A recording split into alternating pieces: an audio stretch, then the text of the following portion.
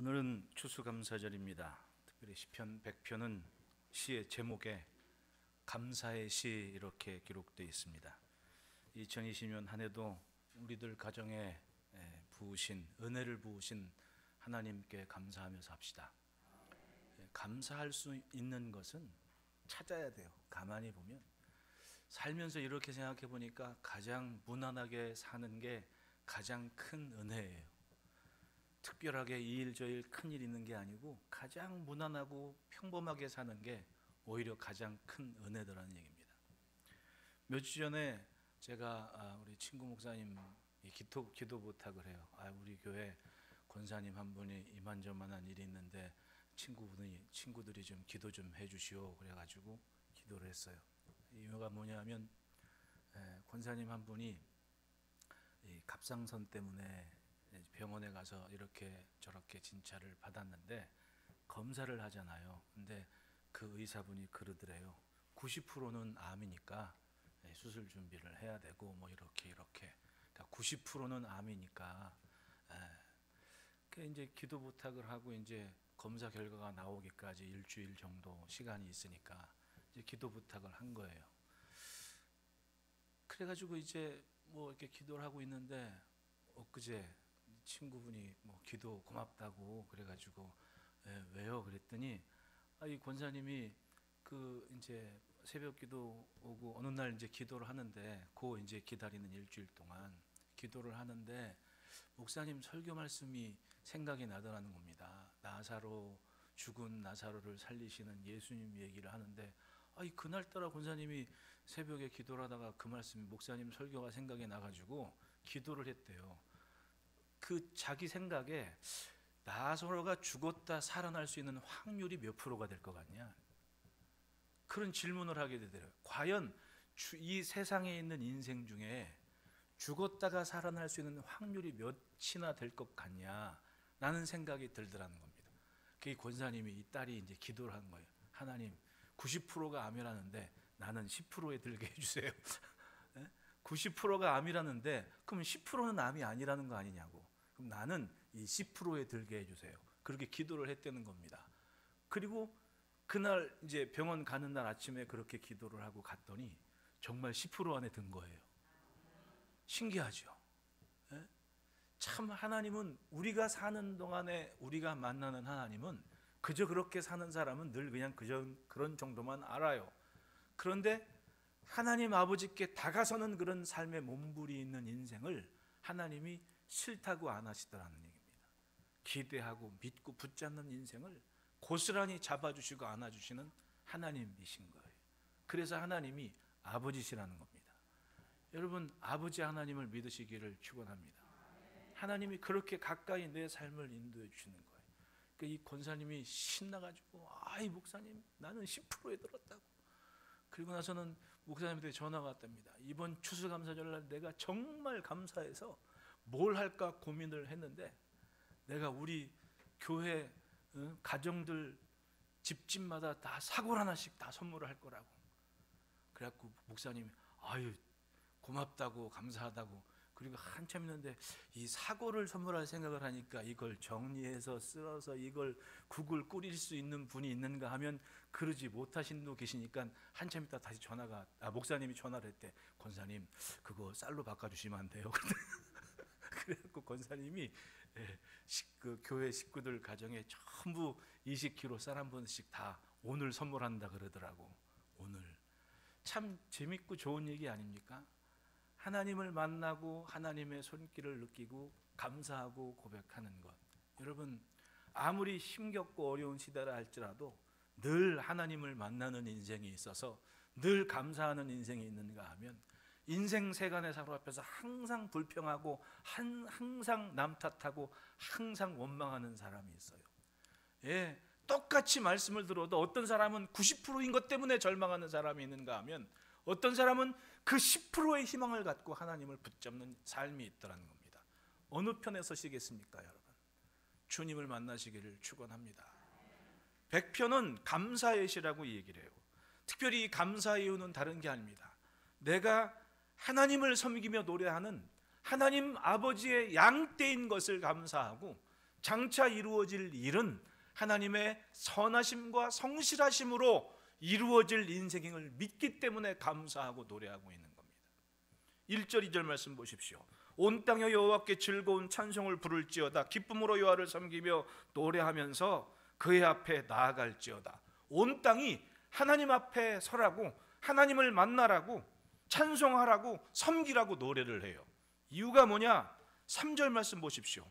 여호와가 우리 하나님이신 줄 너희는 알지어다. 그는 우리를 지으신 이요 우리는 그의 것이니 그의 백성이요 그의 기르신 양이로다. 그러니까 감사함으로 그의 문에 들어가며 찬송함으로 그의 궁정에 들어가서 그에게 감사하며 그의 이름을 송축할지어다. 여호와는 선하시니 그의 인자하심이 영원하고 그의 성실하심이 대대에 이르리로다. 일목요연하게 오늘 감사하고 장차 이루어질 일을 기대하며 감사하는 삶을 노래하고 있습니다. 시편 95편 7절 말씀에 그는 우리의 하나님이시요 우리는 그가 기르시는 백성이며 그의 손이 돌보시는 양이기 때문이라 라는 구절이 있어요. 이 시가 감사의 시라고 기록되어 있지만 학자들 대부분이 다윗의 시인 것을 부인하지 않습니다. 다윗의 입장에서 한번 이 시를, 이 찬송을, 이 기도를 하는 모습을 생각해 보십시오. 10여 년 넘도록 그는 늘 광야에 있었습니다. 억울한 심정으로 광야에 유리하는 인생이 됐습니다. 그런데 그랬던 인생의 하루하루의 삶이 어떻겠습니까? 이거는 늘 쫓기는 인생이었습니다. 웃을 일이 없는 삶이었던 거 아니에요. 오죽하면 무덤에 내려가는 자와 같을까 하나이다라고 노래를 한 구절이 있겠습니까? 아무리 돌아봐도 자기는 척박한 광야에 있습니다. 도망가면 갈수록 사울은 오히려 군대를 몰아쫓아옵니다. 3,000명의 군대를 조직해서 광야에 피해 있는 다윗을 잡으러 온 겁니다. 이리 가면 이리 쫓아오고 저리 가면 저리 쫓아오고, 참 무슨 감사가 있겠습니까? 그런데도 다윗은 감사한 거예요. 무덤에 내려가는 자와 같을까 하는 그 절박한 시간에도 하나님을 노래하고 그대로 기록을 하고 있지 않습니까? 늘 하나님 앞에서 멀어지지 않는 삶을 지켜냈던 거예요. 왕이 됐을 때는 뭐 편했을 때입니까? 여러분, 처음 다윗이 왕이 됐을 때가 어느 때였습니까? 사울이 전쟁터에서 나가서 죽고 요나단과 함께, 그때 기도하니까 하나님의 음성이 들리는데 헤브론에 올라가라. 헤브론에 올라갔습니다. 그리고 유다 지파가 다윗을 왕으로 세운 거예요. 이스라엘은요, 사울의 아들, 다른 아들이 왕 됐습니다. 그러면 다윗의 입장에서는 왕이 돼도 편한 게 아니에요. 왜냐하면 이스라엘 전체가 몇 지파입니까? 12지파 아니에요. 12지파인데 사울은 베냐민 지파였거든요. 베냐민 지파 사람들에게 다윗은 왕이 되어 나중에 후반에 압살롬한테 쫓겨날 때에도 베냐민 지파 사람은 다윗을 욕했습니다. 그러니까 베냐민 지파를 중심으로 해서 모든 이스라엘은 다윗과 이제는 전쟁하는 사이가 된 거예요. 그러면 규모면으로 볼 때 다윗은 유다 지파 하나였고 11지파가 다윗과 싸우는 겁니다. 이게 왕이 됐지만 말이 왕이지 얼마나 답답하고 절박한 시간이었겠습니까? 그런데도 다윗은 하나님을 놓치지 않고 감사하고 붙잡아둔 거예요. 여러분, 감사하는 사람은요, 있어도 없어도 감사해요. 하나를 가져도 감사하고 열을 가져도 감사해요. 근데 감사할 줄 모르는 사람은요, 하나를 줘도 감사할 줄 모르고 100개를 줘도 감사할 줄 모르는 거예요. 결국은 생각의 차이 아닙니까? 처음 말씀드렸듯이 90%이냐 10%이냐 결국은 생각인데, 그 기대함과 생각 속에서 만나는 하나님은 기대하고 소망하는 그 믿음대로 만나주시는 아버지이신 거예요. 다윗은 항상 감사했습니다. 그리고 믿었어요. 세상의 권세는 하나님의 허락하심 속에 있다는 것을. 유다 지파의 왕이 됐건 어디 갔건 그냥 고스란히 노래하고 붙잡고 하나님을 찬송하는 감사하는 마음으로 살았더니 나중에는 이스라엘 그 11지파의 장로들이 찾아와서 우리의 왕이 되어달라고 그렇게 얘기를 하는 겁니다.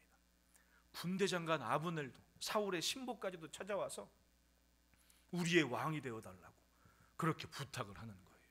할렐루야. 감사하는 마음이 그래서 중요해요. 하나님은 하나님을 믿고 의지하고 하나님을 찾는 인생 그대로 만나주시는 겁니다. 구원의 하나님을 노래하면 구원의 하나님이 되어주시는 거예요. 그 하나님은 충분히 되어주실 준비가 되신 천지를 창조하신 아버지이신 거예요. 할렐루야. 여러분, 하나님을 기대하시기를 축원합니다. 이스라엘을 보십시오. 또 다윗을 보십시오. 항상 믿음의 고백 속에 하나님을 자신이 본 것처럼 믿는, 말씀을 통해 혹은 선지자의 음성을 통해 들은 하나님의 이야기를 자신이 보는 것처럼 믿는 믿음으로 살아낸 거예요. 우리도 그렇습니다. 얼마나 귀한 은혜로운 시대를 삽니까? 자유롭게 예배하고 마음껏 찬송하고 예배할 수 있는 게 이렇게 큰 은혜인 줄 몰랐습니다. 찬송할 수 있는 게 얼마나 큰 은혜인 줄 몰랐습니다. 예, 소리 높고 부르짖을 수 있는 것도 얼마나 큰 은혜인 줄 몰랐습니다. 알고 봤더니 그 불편함을 우리 모두가 다 감수하며 서로가 받아주고 인내하고 겪으면서 산 거 아니에요. 나는 마스크 쓰라고 왜 그런가 했더니 어느 날 아침에 커피를 마시는데 상대평에 앉으신 분하고 이렇게 같이 막 얘기를 하고 있는데 빛이 이렇게 들어오니까 비말 우리가 침 튀기는 게 말하는데 그냥 그게 있더라고. 그거를 보기 전까지는 몰랐어요. 아, 이래서 마스크를 쓰는구나. 근데 결국은 지금 이 팬데믹 상황이 다 그거 아니에요. 알고 보니 바꿔 얘기하면 내가 뭘 해도 내 주변에 관계 있는 사람들이 다 받아주고 이해해 주니까 내가 살아낸 거지, 그러지 않으면 피차간에 불편 주는 삶이었던 거예요. 예? 그러면 하나님이 우리를 얼마나 건강하게 만드셨고 은혜를 주셨습니까? 아무리 좀 모자라고 부족해도 하나님께서 눈 감아주시고 그냥 살게 하시니까 이제껏 사는 거예요. 근데 2020년에 깨달았습니다. 야, 하나님이 봐주셔서 살았지 결코 우리가 살 짓을 한 게 아니었구나. 그러니까 전부 다 입에 마스크 쓰고 말 조심해라, 마스크 딱 쓰고, 그냥 혼자 좀 고독을 즐기며 고립을 즐기며 내 옆에 있는 사람이 얼마나 고마운지 한번 느껴봐라. 그러니까 옆에 사람도 거리 한 2m 떨어뜨려야 되고 그렇게 한 거예요. 여러분, 혼자가 됐을 때 정신 차립시다. 단절을 경험할 때 좀 바른 생각을 합시다.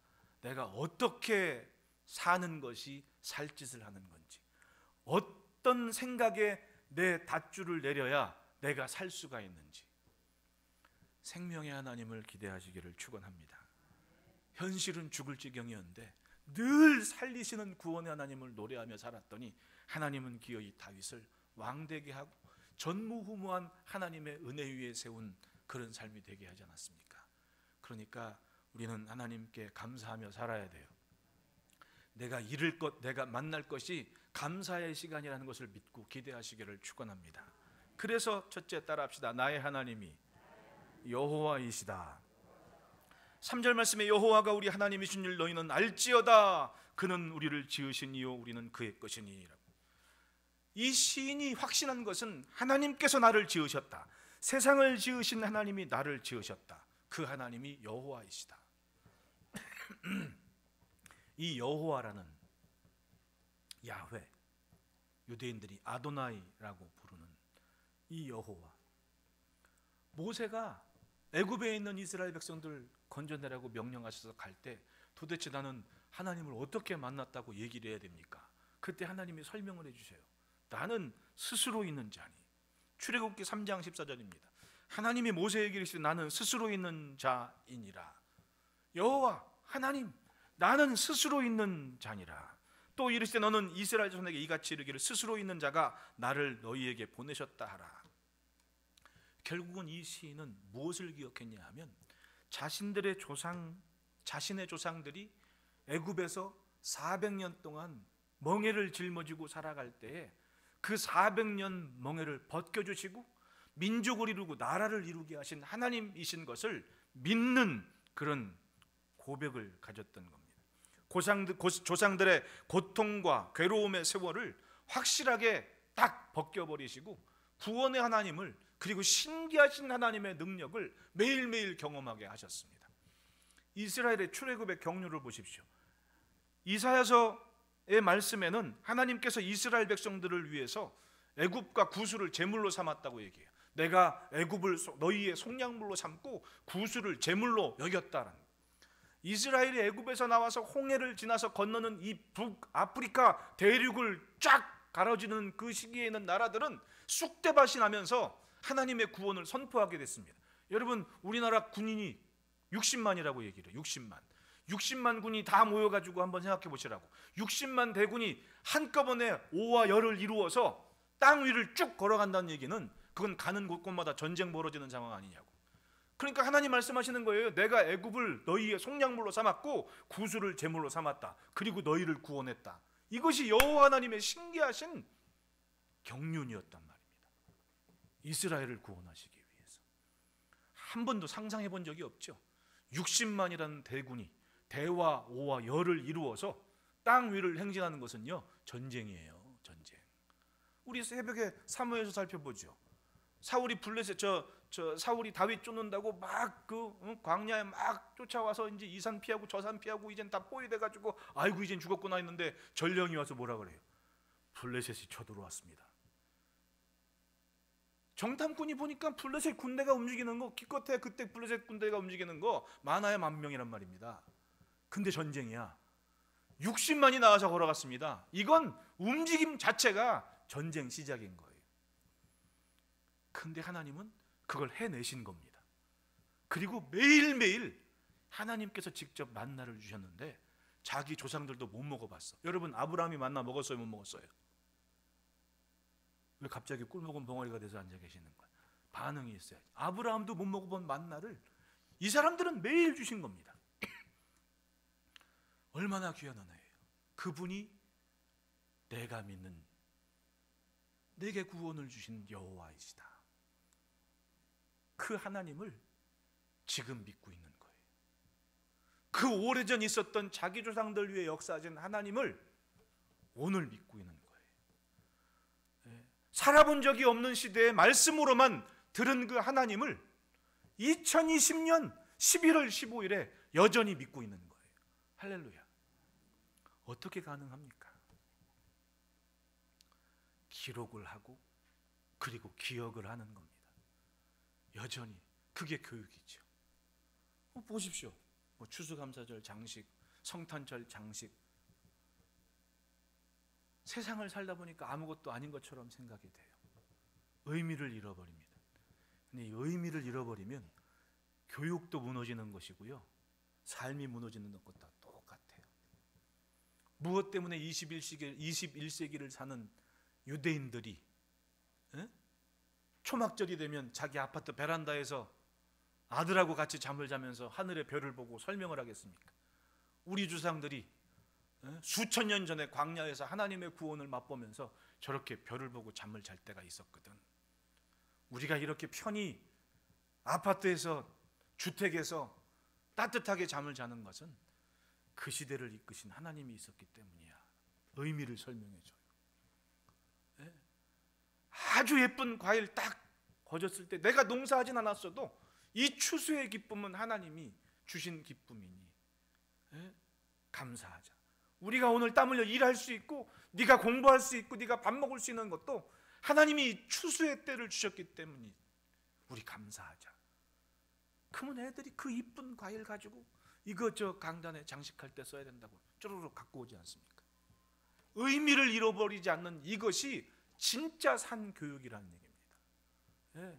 관심을 둬야 되는 거예요.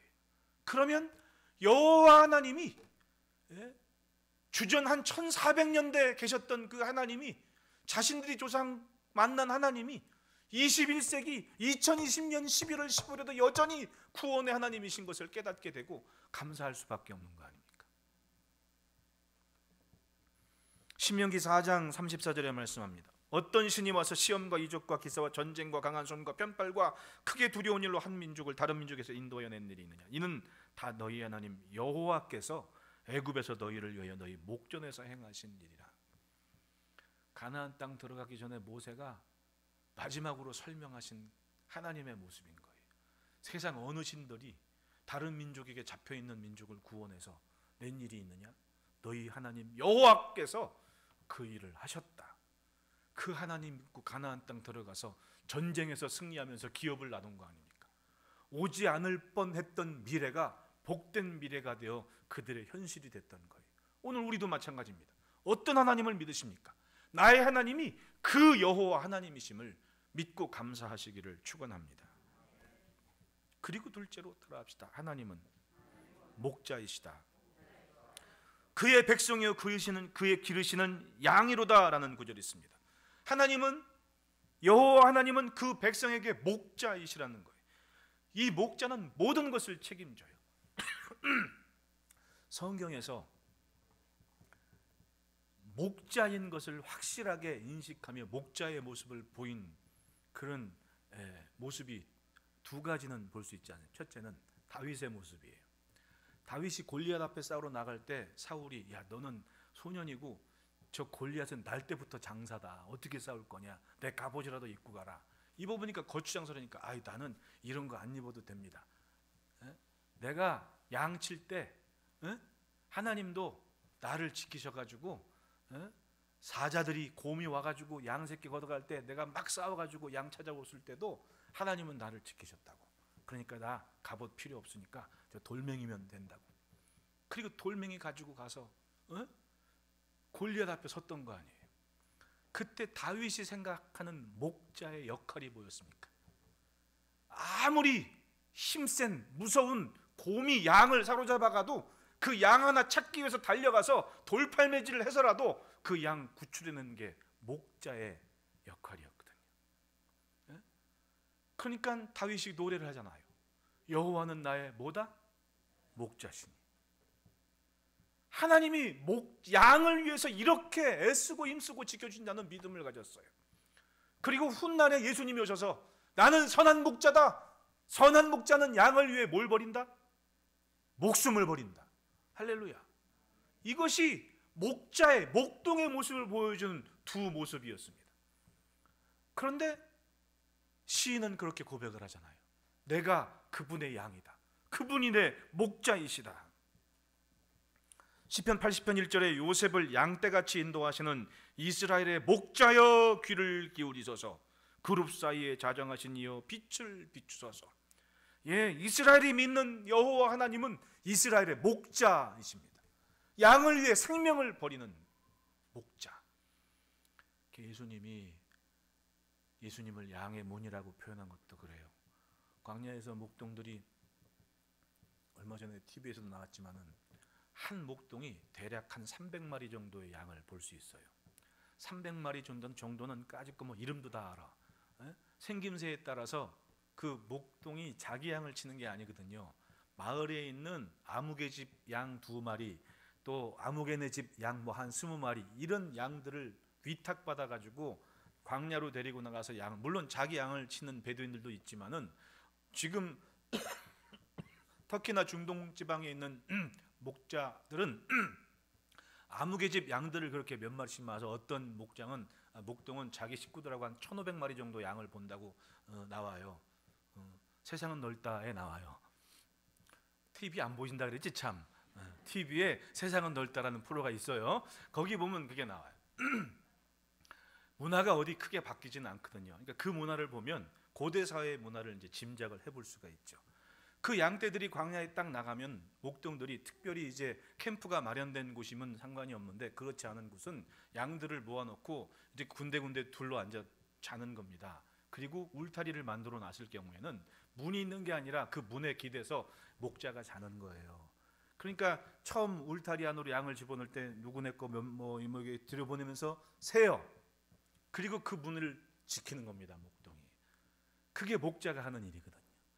그러니까 예수님이 내가 양의 문이다라는 얘기는 그겁니다. 목자 되신 주님이 들어오고 나가고 그 모든 것을 관리하고 간섭하시고 책임지신다는 거예요. 할렐루야. 양들은 그런 은혜를 입고 사는 겁니다. 여호와가 나의 목자시다. 그의 백성이요 그의 기르시는 양이다라는 것은 바로 그 고백입니다. 애굽을라 가나안에 이르는 사막과 광야를 지는 행렬들은 물이 없어도 살았고 곡식이 없어도 살 수 있도록 하셨습니다. 왜? 하나님이 목자가 되셔서 늘 그들을 살게 하시는 양식을 공급해 주셨고 물을 공급해 주십니다. 얼마나 감사합니까?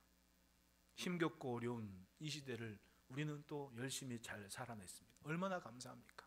하루하루 구원의 하나님을 맛보게 하시는 겁니다. 그러니까 세상 누구도 함부로 할 수 없는 구원의 손길이 우리에게 있는 거예요. 믿으십니까? 우리가 그분의 양이기 때문에 그렇습니다. 이사야서 40편 10절 11절 말씀입니다. 보라, 주 여호와께서 장차 강한 자로 임하실 것이요 친히 그의 팔로 다스리실 것이라. 보라, 상급이 그에게 있고 보응이 그의 앞에 있으며 그는 목자같이 양떼를 먹이시며 어린 양을 그 팔로 모아 품에 안으시고 젖먹이는 암것들을 온순히 인도하시리로다. 강한 하나님, 상급과 보응을 하시고 목자같이 양떼를 안으시는 하나님, 그렇게 기대했던 메시아이신 그리스도께서 오셔서 선언을 하셨습니다. 나는 선한 목자라. 선한 목자는 양들을 위하여 목숨을 버리거니와. 내가 하나님의 양이 된 것이 얼마나 감사해요. 하나님께서 내 목자가 되신 것이 얼마나 감사합니까? 그것이 감사의 이유라는 겁니다. 우리는 매일 하나님을 부르며 삽니다. 만약에 우리에게 예수님이 없었다면, 하나님이 나를 구원하지 않았다면 우리가 얼마나 복잡한 인생을 살았을까요, 여러분? 조금만 뭔가 있으면 애굽 얘기 나왔으니까 애굽에 막 10가지 쏟아진 재앙 보십시오. 사람들은요, 자기 힘에 넘어서는 것, 자기 힘에 붙이는 모든 것은 신적인 존재로 여겨요. 그러니까 그렇게 신들이 많은 거예요. 우리도 옛날에 그러지 않습니까? 우리도 집안 곳곳에 신들이 많았습니다. 난 지금도 잊혀지지 않는 게 주황신. 여러분, 주황신이 뭔지 아세요? 여러분들 참 모르는 게 많아서 참 감사하고, 어느 때는 착각을 해요. 제가 나는 어느 시대에 왔는가. 옛날 저 시골집 가면 부엌하고, 그러니까 여인들을 사는 공간하고 사람들 사는 공간이 구별되어 있어가지고 그 부뚜막 얼마나 중요했습니까? 맨날 불꽃 들여가지고 막 시어머니한테 혼나고 막 그렇게 막 할 때에 그 신적인 존재가 하나가 만들어졌는데 부뚜막에 있는 신이 주황신이라 그랬단 말이에요. 몰랐죠? 부뚜막에도 신이 있어요. 우리가 그런 세상을 살았다고. 그러니까 뭐만 잘못되면 어떻게 돼? 밥 한 번 잘못해가지고 집안 식구들 홀랑 아프면 주황신한테 빌어야 돼. 도대체 내가 뭔 잘못을 했습니까? 신이시여. 그리고 무당 불러서 굿해야 돼. 무당 불러 굿하면 한 판에 얼마? 1,000만 원. 참 하나님이 내 목자 되셔서 우리가 참 경제적으로 살아요. 아낄 거 아끼고 돈 안 들이고 참 순탄하게 살아요. 그죠? 예수 안 믿는 사람들은 걸핏하면 무당 불어서 굿이 뭐예요? 귀신을 달래는 거예요. 화난 귀신을 달래주는 거예요. 그래서 무탈하기를 바란다고. 근데 우리는 귀신을 쫓고 살아. 얼마나 대단해요. 뭐 때문에? 여호와께서 내 목자가 되셔서 예수 이름 한 번이면 돈 안 들이고 끝나. 저 귀신에 사로잡힌 사람들은 문제 있을 때마다 1,000만 원, 2,000만 원 막 갖다 디밀면서 그냥 아주 그냥 귀신한테 비나이다 아주 그냥 지문이 문드러지도록 빌어야 돼. 오죽하면 안창호 선생님이 귀신에 사로잡힌 우리 민족을 구원해 주십시오라고 샌프란시스코 일간지에 인터뷰를 했겠냐고. 그 시대에 세상 천지가 귀신 바다였어. 우리는 왜? 그만큼 두렵고 우리의 생각으로 어떻게 할 수 없는 존재들이 많은 시대를 살아냈다는 겁니다. 근데 하나님이 거기서 딱 건지셔서 오직 예수의 피로, 오직 하나님께서 목자 되셔서 그 모든 것을 확실하게 정리하시고 주의 이름 하나만으로도 세상의 모든 권세를 굴복시키는 능력을 힘입게 하셨단 말입니다. 주님이 내 목자가 되어주셨기 때문에. 그러므로 따라합시다. 따라가면 산다. 말씀만 따라가고 기억을 하고 쫓아가면 돼요. 엄한데 마음 빼앗겼으니까 문제지, 하나님을 믿고 그 말씀을 잘 쫓아가면 사는 겁니다. 딴짓을 하더라도 시선 많은 자기의 목동을 봐요. 여러분, 양들 노는 광야 가면 얼마나 웃긴 줄 알아요? 여기 있고 저기 있고, 좀 난척한 양은 개 중에 좀 떨어져 있어. 난 달라 그러면서 한 20-30m 떨어져서 풀을 먹어. 어차피 똑같은 풀 먹는데 굳이 그 양은 난 달라 그러면서 떨어져가지고 한 30m 떨어져 혼자 양을 먹는단 말이지. 남들은 그 더운데 붙어가지고 다 풀 먹고 있는데 유독 잘난 척하는 양이 있다니까. 그러니까 가가지고는 저만큼 떨어져 양을 먹는데 눈은 그렇게 떨어져 있어도요, 시선은 목동이 어딨나 그러고 이거를 목동. 그게 양이에요. 다 거기서 거기야. 사람 사는 것도 안 그래요? 알고 보니까 다 거기서 거기야. 그런데 그 떨어진 양일지라도 살 수 있는 이유는 뭐예요? 시선만은, 귀는 목동이 뭐하나. 그러니까 그 떨어져 있더라도 목동이 한번 피리를 불거나 휙 하면 금방 또 쪼르륵 와. 자기만 힘들어 떨어져 있어가지고. 남들은 모였다 같이 가는데 지는 저만큼 있다 와야 되니까 힘든 거야. 난 목동이 노는 모습 보고 별 생각을 다 했다니까요. 아주 산교육이었어. 산교육. 지금도 마찬가지 아닙니까? 사는 게. 여러분, 살 짓을 하는 게 다른 게 아닙니다. 시선과 귀는 항상 목자의 음성에 귀를 기울이고 있으면 그 양은 살아요. 삽니다. 좀 떨어져 있어도 살아요. 왜? 살 짓을 하기 때문에. 그러나 따라가지 않으면 결국은 누군가 와서 채가는 거예요. 쥐도 새도 모르게 채간다는 얘기 아닙니까? 삶으로 하나님께서 나의 목자 되심을 감사합니다 노래하시기를 축원합니다. 그리고 셋째 따라합시다. 선하시고 성실하시다. 5절에 여호와는 선하시니 그 인자하심이 영원하고 그의 성실하심이 대대에 이르리로다. 온 세상에 하나님을 찬양할 이유가 하나님의 선하시고 인자하심이 그리고 성실하심이 대대에 이르기 때문이다. 이것은 아직 이루어지지 않은 일, 아직 오지 않은 시간을 기대하는 때 하나님이 인자하시고 선하시고 성실하시기 때문에 오는 시간마저도 하나님의 은혜로 채워줄 것을 믿기에 감사하고 있는 거예요. 예, 우리는 살아본 때를 사는 사람은 한 분도 안 계십니다. 누구에게나 다 시간은 처음 오는 시간이에요. 안 그렇습니까?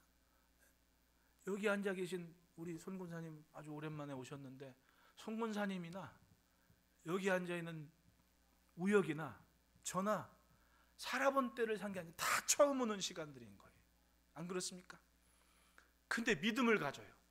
선하신 하나님께서 인자와 성실하심으로 나를 대해 주실 것이다. 할렐루야. 미래에 대한 소망을 가졌기 때문에 감사하다는 얘기입니다. 이것은 언약을 이루신 하나님의 모습을 고백한 겁니다. 이스라엘이 어떻게 출애굽을 했습니까? 자신들의 조상 아브라함과 하나님이 약속을 했어요.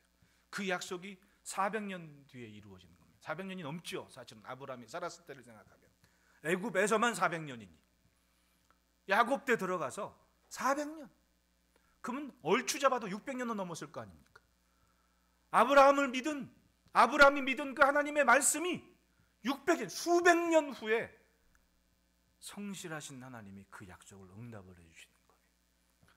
여러분, 무엇을 보고 삽니까? 우리는 오늘 살고 죽는 것처럼 사는데 약속과 비전만큼은 100년 후를 바라볼 수 있는, 1000년 후를 바라볼 수 있는 그런 믿음을 가져야죠.